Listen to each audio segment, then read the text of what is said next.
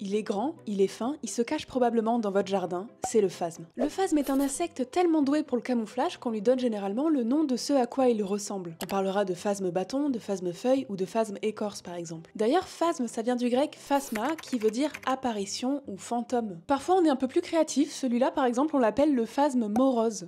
Peut-être que quand tu lui demandes comment il va, il te répond « comme un jeudi ». Les phasmes sont tous herbivores et passent la majorité de leur temps sur leurs plantes hôtes pour manger, se reproduire et se reposer. Ils n'ont pas de dard, ni de crocs ou de griffes et ils sont terriblement lents, ce qui fait d'eux les petits gressins sans défense de la nature. Et donc des proies de choix pour les oiseaux qui n'ont qu'à se baisser pour les ramasser. Leur stratégie de survie repose donc sur une seule chose, ne pas se faire voir. Une stratégie adoptée et perfectionnée par la majorité d'entre eux qui maîtrisent parfaitement l'art de rester immobiles et de se fondre dans leur environnement. Leur camouflage dépend notamment de leur aire de répartition et de leurs plantes hôtes. Les phasmes vivant dans les arbres ont par exemple un physique généralement robuste avec des formes et des couleurs rappelant les écorces ou les fruits, alors que ceux vivant sur des buissons sont habituellement plus petits et plus fins et ressemblent à des feuilles ou des brindilles. Les premiers de la classe vont même jusqu'à mimer le mouvement du vent dans les feuilles et changer de couleur au gré des saisons. Et puis il y a les phasmes dissidents, ceux qui brûlaient des poubelles à la récré et qui taguaient des A sur les murs. Comme Claude qui t'envoie un spray lacrymo si tu t'approches trop, Alex qui a une belle épine sur les fémurs pour perforer ses ennemis, ou encore Benoît qui regarde beaucoup trop de vidéos de scorpions. Personne n'y croit, Benoît. Pour ce qui est des ailes, là aussi les phasmes ont des approches différentes. Certains ont des ailes fonctionnelles une fois adultes, qui est particulièrement utile pour les espèces qui vivent dans les canopées, même si leur capacité de vol est assez limitée. Rigolez pas. D'autres ont des ailes bien trop petites pour porter leur poids ou qui servent seulement à dissuader les prédateurs, et d'autres encore n'ont pas d'ailes du tout. Donc en dehors de ceux qui ont des piquants, du spray ou des couleurs vives pour dissuader les prédateurs, les phasmes doivent se contenter de moyens de défense plutôt passifs, comme ressembler très fort au décor et ne surtout pas bouger, ce qui fonctionne en général très bien. Et si malgré tout ils sont découverts ou attaqués, ils peuvent compter sur des techniques de la dernière chance, la thanatose et l'autotomie, c'est-à-dire faire le mort ou sacrifier des morceaux. Même principe que la queue des geckos. Et si le phasme est jeune, le membre sacrifié repoussera en quelques mues. Les phasmes ont une répartition majoritairement tropicale et subtropicale. Et sur les plus de 3000 espèces de phasmes répertoriées dans le monde, les espèces qui sont natives de France métropolitaine sont au nombre incroyable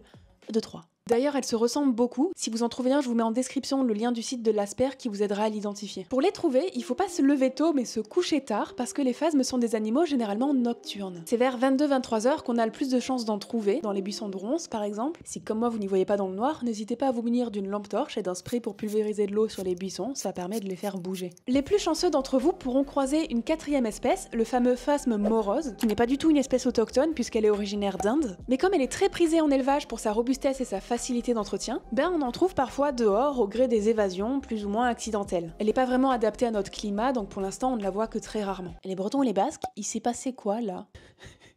Ça balance. En tout cas, une chose est sûre, si vous trouvez un phasme en France métropolitaine, ce sera toujours une femelle. Les phasmettes françaises sont capables de parthénogénèse, c'est-à-dire de se reproduire seules sans fécondation par un mâle, en pondant des œufs qui donneront toujours des femelles. Et ça marche si bien qu'on ne trouve plus de mâles de ces espèces à l'état sauvage aujourd'hui. D'autres espèces ont un mode de reproduction généralement sexué. Le mâle transfère un spermatophore, une petite poche qui contient sa semence, dans les voies génitales de la femelle, mais parfois, en l'absence de mâle, les femelles rebasculent sur un mode de reproduction parthénogénétique. Les œufs sont ensuite pondus individuellement, parfois enterrés, parfois plantés dans un arbre, parfois jetés au sol. Et selon l'espèce, une femelle pourra pondre entre quelques dizaines et presque 1 millier d'œufs au cours de sa vie. Si les femelles sont aussi fécondes, c'est parce que les jeunes ressemblent à des versions miniatures de leurs parents et donc sont encore plus vulnérables. Ceux qui ne finissent pas tout de suite dans un estomac mettront plusieurs mois pour devenir adultes par mues successives. La durée de vie totale varie de quelques mois à quelques années. Certains naissent au printemps et meurent à l'automne en laissant derrière eux des œufs qui passeront l'hiver, mais d'autres phasmes comme les femelles Heteropteryx dilatata peuvent vivre jusqu'à 2 ans à l'âge adulte, soit 3 ans au total. Bref, véritable cadeau de la nature aux amateurs de Où est Charlie, les phasmes sont des insectes fascinants dont l'observation suscite autant d'émerveillement que d'interrogations et qui peuvent même faire de bons animaux de compagnie pour celui qui se garde d'en incuber tous les œufs.